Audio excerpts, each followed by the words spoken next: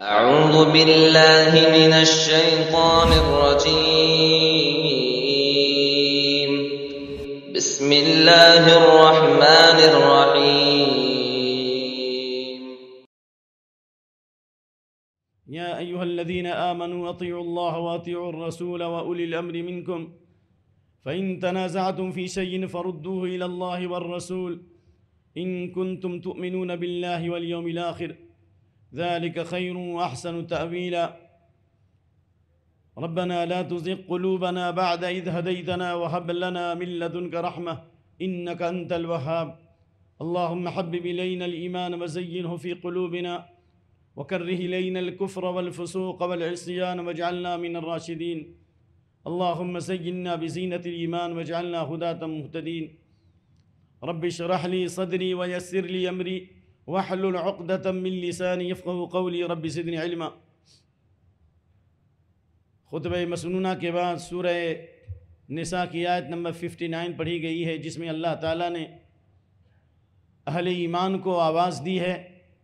ایمان کے صیغے سے اللہ نے خطاب کیا ہے، اے ایمان والو۔ اس میں اشارہ ہے کہ اللہ ایمان والوں سے محبت کرتا ہے، اور جس سے اللہ محبت کرتا ہے اسی کو ایمان کی نعمت سے نوازتا ہے، جیسا کہ حدیث بھی آپ نے بارہا سنی ہے، وَلَا يُعْتِ الْإِيمَانَ إِلَّا مَنْ حَبَّ۔ جس سے اللہ محبت کرتا ہے اسی کو اللہ تعالیٰ ایمان نصیب فرماتا ہے۔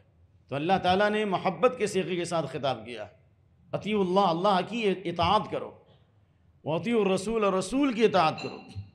اطاعت کی نسبت جب اللہ کی طرف ہوگی تو عبادت کے معنی میں ہے، اور اطاعت کی نسبت جب رسول اللہ صلی اللہ علیہ وسلم کی طرف ہوگی تو اتباع کے معنی میں، یعنی اللہ کی خالص بندگی کرو، اللہ کے احکام پر چلو، اور رسول اللہ صلی اللہ علیہ وسلم کی اتباع کرو، آپ کے اقوال میں، گفتار میں، کردار میں، آپ کے احوال میں، آپ کی کیفیت میں۔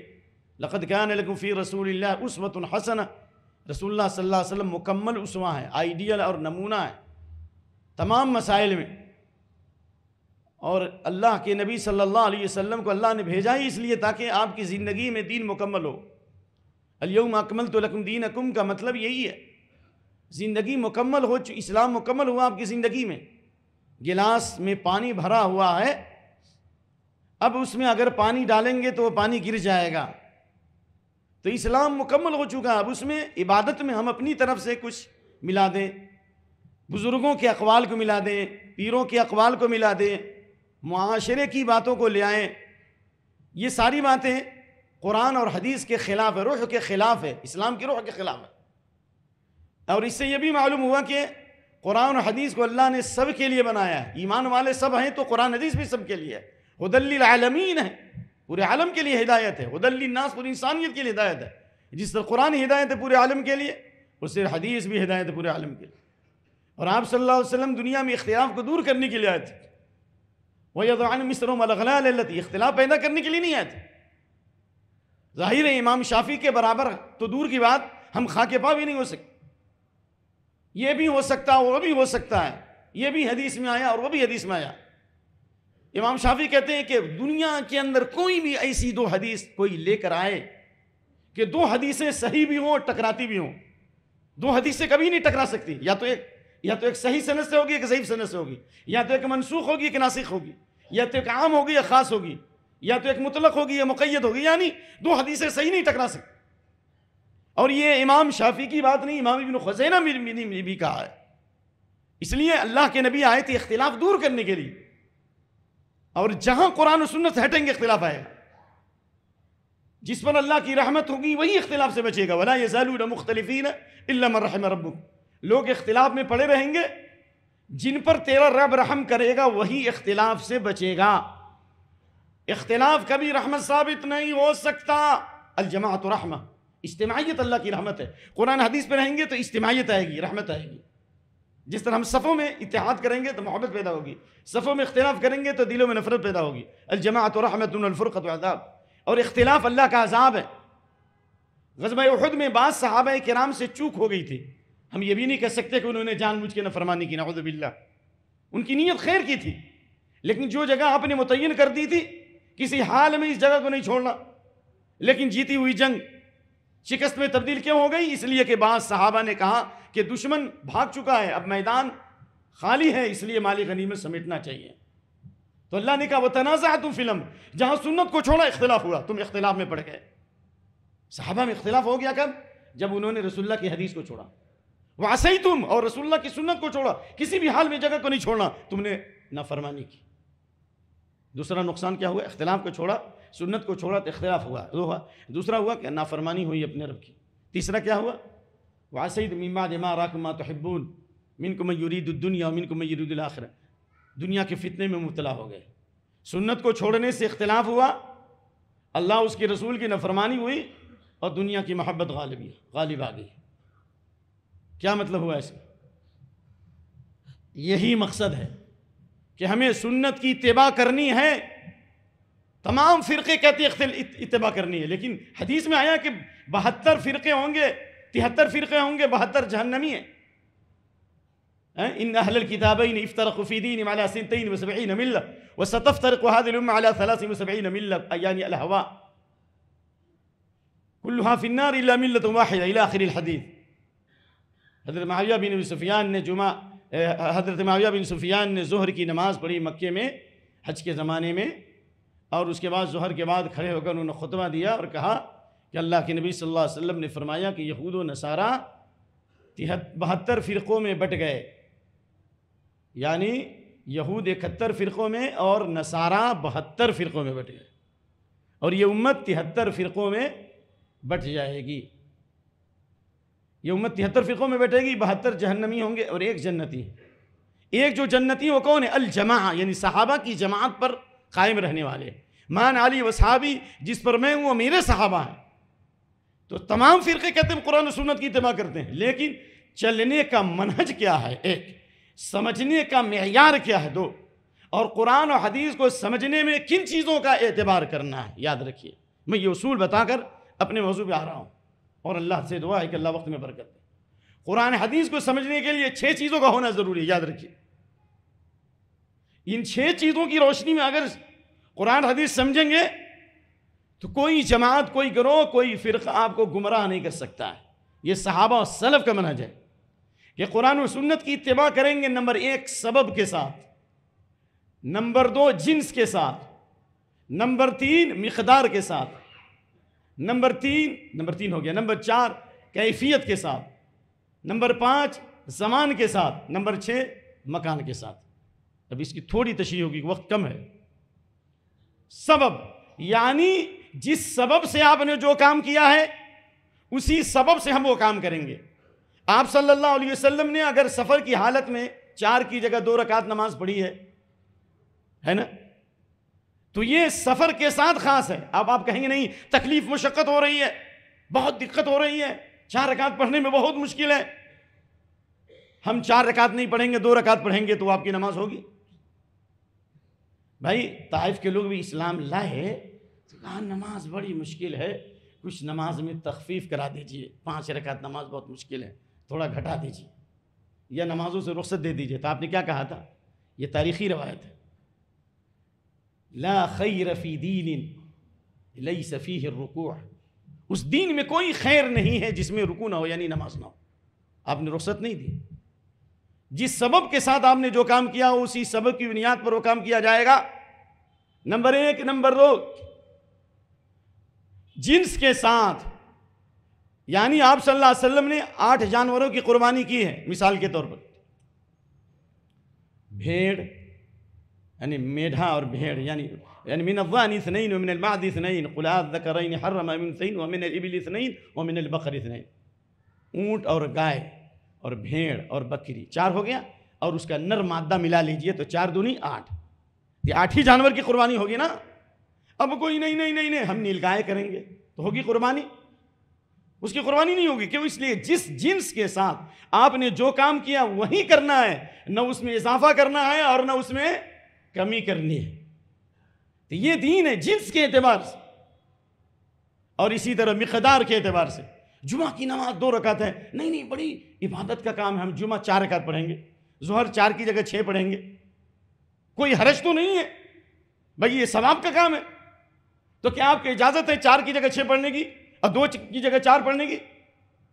جب یہاں بھی اجازت نہیں ہے تو ہر عبادت میں نہ آپ کو کمی کرنے کی اجازت ہے اور نہ زیادتی کی اجازت ہے. آپ رسول اللہ صلی اللہ علیہ وسلم کے طریقے کو فالو کرتے ہیں اور آپ کو آخری نبی مانتے ہیں, خاتم النبیین مانتے ہیں, تو ہر عمل پر مہر لگی ہے. جس طرح رسول اللہ کے بعد کوئی دوسرا نبی نہیں ہو سکتا, نہ ذلی نبی اور نہ سببی نبی, کوئی نبی نہیں ہوگا. اسی طرح آپ کے عمل کے بعد کوئی دوسرا عمل نہیں ہو سکتا ہے. جو عمل آپ نے جس کیفیت کے ساتھ کیا ہے, جس جنس کے ساتھ کیا ہے, جس مقدار میں کیا, وہی کرنا پڑے گا. کیفیت کی مثال ایک لے لیجئے. جیسے ثواب کا کام ہے, آپ سورہ فاتحہ جو ہے ثواب کا کام ہے, آپ سورہ فاتحہ جو ہے آپ رکوع میں پڑھیں گے تو آپ کی نماز ہوگی. قل هو اللہ احد آپ سجدے میں پڑھیں گے تو نماز ہوگی نہیں ہوگی. پوری امت کا اتفاق ہے. ابن عباس اور علی بن ابی طالب کی حدیث ہے, یہ سمجھانا چاہ رہے ہیں. نہیت ان اقرأ القرآن راکعا وساجدا فاما الرکوع فعظموا فيه الرب واما السجود فاجتهدوا فيه الدعاء. رکوع اور سجدے میں قرآن پڑھنے سے منع کیا گیا ہے. رکوع میں اللہ کی تعظیم کرو اور سجدے میں دعا کی کوشش کرو. تو رکوع اور سجدے میں کیوں نہیں قرآن پڑھنا آپ؟ وہ بھی تو ثواب کا کام ہے. کیوں منع کیا آپ نے؟ مقدار. اور آپ صلی اللہ علیہ وسلم نے اس کیفیت سے منع کیا جس کیفیت کے ساتھ آپ نے جو کام کیا ہو وہی آپ کر سکتے ہیں. بھائی وہ دعا بھی تو آپ کو یاد ہوگی نا. اللہ تعالی ہمیں ہدایت دے اور توفیق دے, دونوں چیز کی ضرورت ہے. سنت جہاں جہاں ہوگی وہاں امن اور شانتی ہوگی, جہاں سنت سے ہٹیں گے اختلاف اور فتنہ ہوگا. صرف ایک سنت پر عمل کر لیں گے تو جنت میں داخلے کی ضمانت ہے. حدیث ہے بخاری مسلم, برا بن عازب, وضو کر کے سو اور تمام دعائیں پڑھ کے دائیں کروٹ سو, اور سب سے آخری میں اگر یہ دعا پڑھو گے اور مر گئے تو سیدھے جنت میں جائیں گے. ہے نا حدیث بخاری شریف کتاب الوضو, بخاری شریف کتاب الوضو کی سب سے آخری حدیث. میں اس لیے بتا رہا ہوں تو آپ لوگ بھی بخاری دیکھ لیں گے. کتاب الوضو کی سب سے آخری حدیث آپ نے کہا اذا استيت مسجعك فتوضا وضوءك للصلاه ثم استجع على شقك الايمن ثم قل اللهم اسلمت وجهي اليك وفوضت امري اليك والجات ظهري اليك رغبة ورهبة اليك لا منجا منك الا اليك آمنت بكتابك الذي انزلت وبنبيك الذي ارسلت فإن مت من ليلتك مت على الفطر الى اخر الحديث. ٹھیک ہے نا. وضو کرو نماز کی طرح, دائیں کروٹ سو, اور سب سے آخری وجعلهن آخر ما تقول, سب سے آخری میں یہ دعا پڑھو. تمام دعاؤں کے بعد سب سے آخری میں یہ دعا پڑھنی ہے. اگر مر گئے تو دین حق پر موت ہوگی, ایمان پر موت ہوگی. صحابی نے کہا کہ جو دعا اپنی سکھائی ہے میں ذرا پڑھ کے سناتا ہوں. تو انہوں نے وَبِنَبِيِّكَ الَّذِي أَرْسَلْتَ کی جگہ رسولِكَ الَّذِي أَرْسَلْتَ پڑھا. یعنی آپ نے پڑھا تھا دعا جو بتائی تھی نبی یہ کا پڑھا تھا, کیونکہ ٹائم کم ہے تو ہم جملے کو دہرا بھی نہیں سکتے. ٹھیک ہے نا. نبی یکا کی جگہ پر, ریکارڈنگ آپ کے پاس نہیں کہ آپ سن سکتے ہیں, نبی یکا کی جگہ پر رسول کا پڑھا. نبی یکا کی جگہ پر صحابی نے کیا پڑھا؟ رسول کا پڑھا. کہا لا, اجازت نہیں ہے, جبکہ معنی میں کوئی زیادہ فرق نہیں. ہر رسول نبی ہے لیکن ہر نبی رسول نہیں ہے. رسول صاحب شریعت ہوتے ہیں, صاحب کتاب ہوتے ہیں. نبی جو ہوتے ہیں پچھلے انبیاء, پچھلے رسولوں کی شریعت پر عمل کرتے ہیں. تو نبی یکا کی جگہ رسول کا پڑھا, آپ نے اجازت نہیں دی. تو ہمیں کیسے اجازت ہے؟ جو عبادت رسول اللہ سے ثابت نہیں ہم کیسے کر سکتے؟ زمان کے ساتھ, جس زمانے میں آپ نے جو عبادت کی وہی کرنا پڑے گا. رمضان کا روزہ رمضان میں ہے, آپ کہیں گے ہم شوال میں رکھیں گے. رمضان سب سے افضل مہینہ ہے, ہم حج جو ہے رمضان میں کریں گے تو ہوگا نہیں ہو سکتا نا. اسی طرح من ذبح قبل الصلاة فلیذبح مکانها اخرى, جس نے بقرہ عید کی نماز سے پہلے قربانی کی اس کی قربانی نہیں ہوگی, اس کو دوبارہ کرنا ہوگا, کیونکہ آپ نے اس کا وقت متعین کیا عید کی نماز کے بعد. تو پہلے کریں گے تو باطل ہو جائے گا. من عمل عملا لیس علیہ امرنا فرد, جس نے جو کام کیا ہمارے طریقے کے خلاف ہے اس کا عمل مردود ہے, اور وہ شخص بھی ملعون ہے. یاد رکھیے گا, جو عمل سنت کے خلاف وہ مردود ہے, اور وہ شخص کیا ہوگا؟ ملعون ہوگا, اس پر لعنت ہے. حدیث بخاری کی بے شمار حدیث ہے, وللہ الحمد. اور مکان کے ساتھ, سنت کی پیروی مکان کے ساتھ کرنا ہے. آپ صلی اللہ علیہ وسلم نے طواف کیا ہے خانہ کعبہ کا.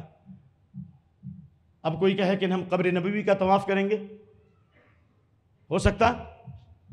آپ صلی اللہ علیہ وسلم نے میقات سے احرام باندھا ہے. میقات سے, کہاں سے؟ میقات سے, یعنی مدینہ کی میقات اب یار علی ہے, ذی الحلیفہ ہے. اب ایک شخص نے امام مالک کے سامنے کہا کہ نہیں, رسول اللہ کی مسجد سے ہمیں احرام باندھیں گے بڑی فضیلت ہے، کہا کہ یہ بدعت ہے۔ تو کہا چند میلوں کا اضافہ کرنے سے کیا ہوگا؟ کہا کہ سنت کی مخالفت کی وجہ سے اللہ عذاب دے گا۔ بھائی ایک شخص نے عید کی نماز سے پہلے سنت شریف پڑھنا چاہا، یہ روایت حضرت علی سے بھی ثابت ہے اور عبداللہ بن مسعود سے بھی ثابت ہے۔ عید کی نماز سے پہلے نماز پڑھنے میں کیا حرج ہے بھائی؟ مسجد میں پڑھ سکتے آپ تحیۃ المسجد، لیکن عیدگاہ میں نہیں پڑھ سکتے۔ اگر وہاں پہ نماز ہو رہی ہے نا باہر، عید کی نماز سے پہلے آپ کوئی نماز نہیں پڑھ سکتے، آپ کو ڈنڈا شریف لگے گا اگر اسلامی حکومت ہوگی تو۔ کہا کہ علی آپ ہمیں کیوں روک رہے ہو نماز پڑھنے سے؟ کوئی گناہ کا کام تو نہیں ہے؟ کہا کہ نہیں، تمہارا یہ گناہ کا کام نہیں ہے، کیا اللہ مجھے عذاب دے گا؟ حضرت علی نے کہا نہیں، صلاۃ کا عبث، سنت کی مخالفت یہ تمہارا کام، سنت کی مخالفت کرنا ہے، اس لیے سنت کی مخالفت ایک لغو کام ہے۔ وَلَعَلَّ اللَّهُ يُعَذِّبُكَ بِمُخَالَفَتِكَ لِنَبِيِّكَ، سنت کی مخالفت کی وجہ سے اللہ تم کو عذاب دے گا۔ نماز پڑھنے سے اللہ عذاب دے گا؟ کیوں؟ نماز کی وجہ سے نہیں، سنت کی مخالفت کی وجہ سے۔ مَا آتَاكُمُ الرَّسُولُ فَخُذُوهُ وَمَا نَهَاكُمْ عَنْهُ فَانتَهُوا۔ میں پوچھتا ہوں عبداللہ بن عمر رضی اللہ عنہ کے سامنے ترمذی شریف کتاب العطاس یا عطاس بھی پڑھا گیا ہے، ان رجلا عطس عند ابن عمر، ایک شخص کو چھینک آئی اور چھینک کے وقت اس نے الحمدللہ والسلام علی رسول اللہ کہا۔ چھینک کے وقت الحمدللہ علی کل حال یا الحمدللہ، اس کے جواب میں یرحمک اللہ، اس کے بعد یہدیکم اللہ ویصلح بالکم، یہ پڑھنا چاہیے۔ اس نے اضافہ کر دیا درود شریف کا۔ حضرت ابن عمر نے منع کیا، کہا کہ یہ سنت کے خلاف ہے۔ کیوں اللہ کے نبی نے ہمیں اس کی تعلیم نہیں دی؟ حالانکہ درود پڑھنے کی کتنی فضیلت ہے۔ ان اول الناس بیوم القیامہ اکثرهم صلاۃ علی، قیامت کے دن میری رحمت میری مجلس سے قریب وہ ہوگا، میری شفاعت سے قریب وہ ہوگا، میری شفاعت کا مستحق وہ ہوگا جو کثرت سے میرے اوپر درود پڑھتا ہے۔ کتنی بڑی حدیث۔ من صلی علی حین یمسی وحین یمسی عشر ادرکت شفاعت یوم القیامہ، صبح و شام 10 بار جو نبی صلی اللہ علیہ وسلم پر درود پڑھے گا اس کو نبی صلی اللہ علیہ وسلم کی شفاعت ملے گی۔ کتنی بڑی حدیث ہے نا حدیث۔ اذن تکفی ہمک ویغفر لک ذنبک، آپ نے ابی بن کعب سے کہا اگر ہمیشہ درود پڑھو گے اللہ تمہارے ٹینشن کو دور کر دے گا۔ اللہ ہم سب کو اس کی توفیق عطا فرمائے۔ ٹینشن فری ہے یہ، اور اللہ تمہارے گناہوں کو معاف کر دے گا، صغیرہ کبیرہ دونوں، یعنی توبے کی اللہ توفیق دے گا۔ لیکن چھینک کے وقت درود پڑھنے سے عبداللہ بن عمر نے منع فرمایا۔ کیوں؟ اس لیے کہ رسول اللہ صلی اللہ علیہ وسلم کے طریقے کے خلاف ہے۔ عثمان بن ابی العاص کو دعوت دی گئی ختنے کے موقع پر، کہا یہ سنت کے خلاف ہے۔ عقیقے میں دعوت ہوتی تھی، ختنے میں دعوت نہیں ہوتی تھی، یہ بدعت ہے۔ کیا مطلب ہوا بدعت کا؟ فَإِنَّ كُلَّ مُحْدَثَةٍ بِدْعَةٍ کا مطلب کیا ہے؟ ہر نئی چیز بدعت، ہر بدعت گمراہی ہے۔ من احدث فی امرنا ھذا ما لیس منہ فرد، جس نے اس دین میں کوئی نیا کام کیا، دنیا میں نہیں، پنکھے لگا دیا، گاڑی بنا دیا، آپ نے پہچان کے لیے گنبد بنایا، یہ پہچان ہے، یہ ہم اس کی عبادت نہیں کرتے۔ دین میں عبادت میں اضافہ جس نے کیا وہ نبی پر خیانت کا الزام لگاتا ہے۔ امام مالک کا قول ہے من احدث فی الاسلام بدعۃ یراھا حسنہ فقد زعم ان محمدا خان الرسالہ، جس نے اسلام میں کوئی نیا کام کیا جو رسول اللہ صلی اللہ علیہ وسلم نے نہیں کیا، جو خلفائے راشدین نے نہیں کیا، جو صحابہ نے نہیں کیا، نیا کام کرتا ہے، نبی پر خیانت کا الزام لگاتا ہے۔ کیا جو اس زمانے میں دین نہیں تھا آج بھی دین نہیں ہو سکتا؟ اس تمہید سے بتانا ہے کہ میں نے ایک کلپ سنی رات جس میں یہ بتایا گیا کہ اگر 15ویں شعبان میں رات میں عبادت کر لے اور روزہ رکھ لے تو اس میں کیا حرج ہے؟ یہ عبادت کا کام ہے نا بھائی۔ تو اللہ ہمیں تو تم کو 15ویں شعبانی کی عبادت کیوں نظر آتی؟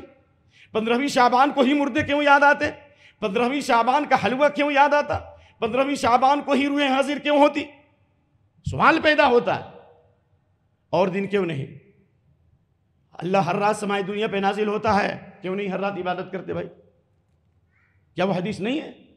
اذا جاء نصف اللیل، جب آدھی رات آتی ہے، نادا مناد، ایک پکارنے والا پکارتا ہے، اللہ اکبر، هل من مکروب فیفرج عنہ،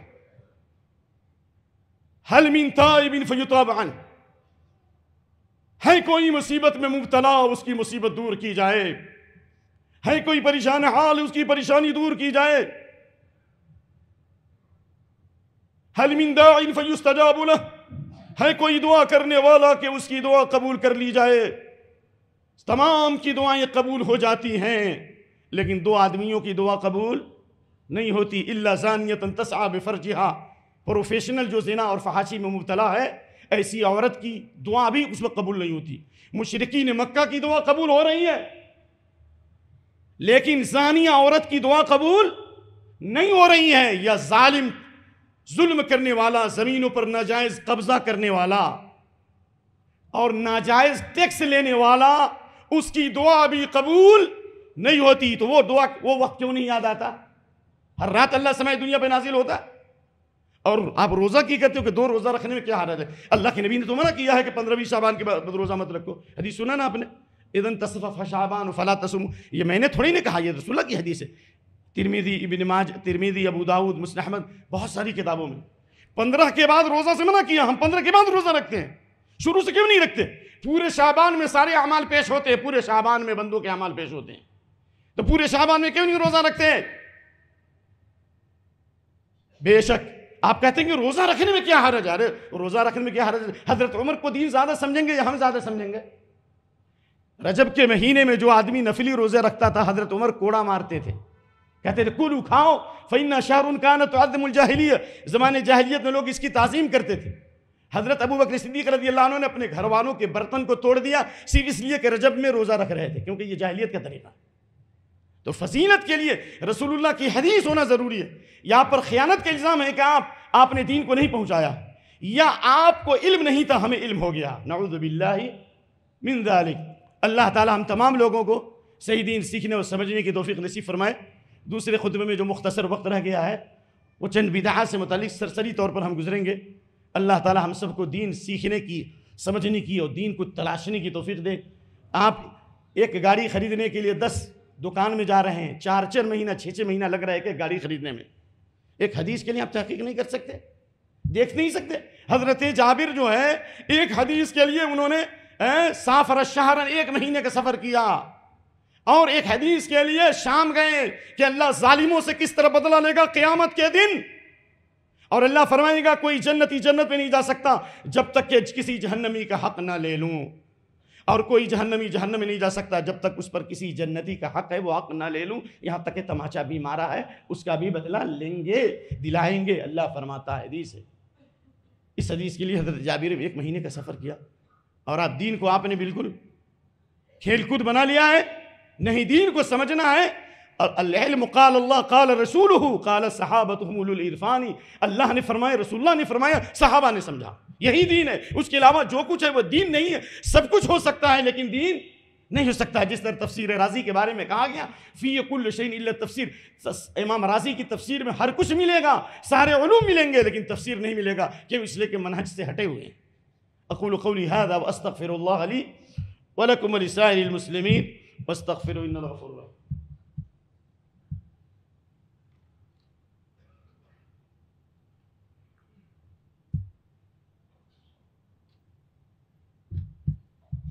الحمدللہ والصلاة والسلام علی رسول اللہ وعلی آلہ وصحبہ وعلیہ. یہ عقیدہ 15ویں شعبان سے متعلق ہے, یہ شب برات ہے.